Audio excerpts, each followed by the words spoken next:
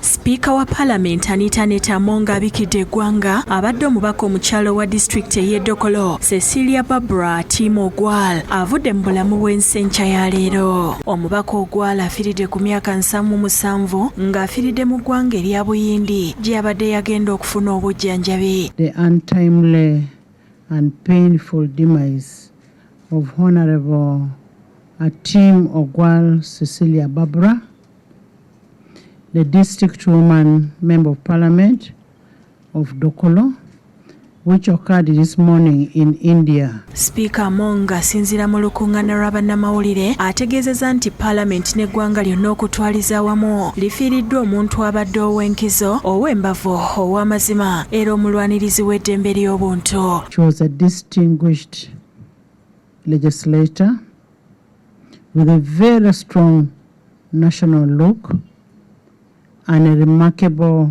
public figure.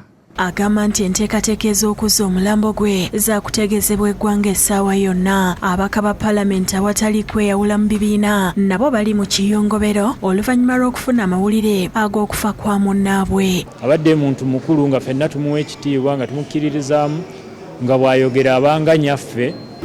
Kizibu nnyo ffe ng'ekibiina n'abakyala mu Parliament Women's League n'abantu b'e Dokolo ne bannayuganda bafiiriddwa nnyo. Download the app on App Store or Google Play Store now.